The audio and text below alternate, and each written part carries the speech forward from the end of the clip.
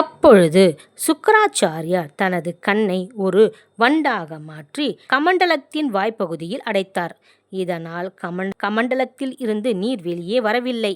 இது அறிந்த வாமனர் தன்னிடம் இருந்த தர்பை புல்லை எடுத்து கமண்டலத்தில் இருந்த வண்டை குத்தினார். இதனால் சுக்கிராச்சாரியாரின் ஒரு கண் குருடானது. பின்பு மகாபலி கமண்டலத்தில் இருந்த நீரை கொண்டு வாமனர்க்கேற்ற 3 அடி நிலத்தை தாரை வார்த்து கொடுத்து விட்டாராம். உடனே குள்ளமாக இருந்த வாமனர் தன்னுடைய உருவத்தை பெரிதாக்கி பூமிக்கும் வானுக்குமாக உயர்ந்து நின்றார். பின்னர் தன்னுடைய ஒரு கால் அடியால் பூமியையும் 2ஆம் அடியால் வானத்தையும் அளந்தாராம். 3ஆம் அடியை வைக்க இடமில்லையாம்.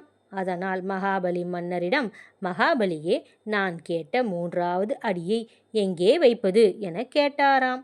உடனே மகாபலி மன்னர் தன்னுடைய தலையில் வையுங்கள் என்று சொன்னாராம் மகாபலி. அதன்படி வாமனர் தனது 3வது அடியை மகாபலி மன்னனின் தலையில் வைத்து அவரை பாதாள உலகிற்கு தள்ளினாராம்.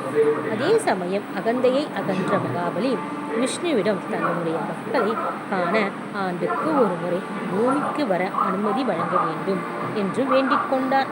அதன்படி விஷ்ணுவும் வரமளித்தார். ஆண்டுக்கு ஒரு முறை திருவோணம் நாள் அன்று மகாபலி மன்னன் பூமிக்கு வருவதாக சொல்லப்படுகிறது.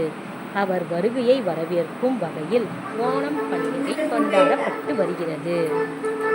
ஓணம் பண்டிகை ஆவணி மாதம் அஸ்தம நட்சத்திரத்தில் தொடங்கி திருவோணம் நட்சத்திரம் வரை 10 நாட்கள் கொண்டாடப்படுகின்றதாம்.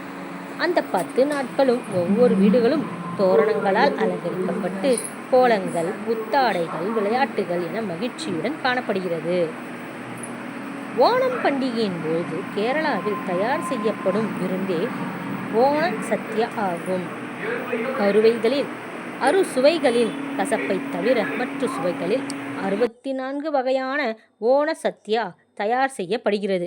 பாரம்பரிய முறையில் பின்பற்றியே இந்த உணவுகள் தயாரிக்கப்பட்டு வருகின்றன. அரிசி, சாதம், பருப்பு, நெய், சாம்பார், ரசம், மோர், அவியல், பச்சடி, அப்பளம், சீடை, எரிச்சேரி, ஊறுகாய் போன்ற உணவுகள் தயாரிக்கப்பட்டு கடவுளுக்கு படைக்கப்படுகின்றன. பின்பு மற்றவர்களுக்கு பரிமாறப்படுகிறது. தரையில் அமர்ந்து தலைவாழை இலையில் உணவு இட்டு சாப்பிடுவதே இதன் முறையாகும்.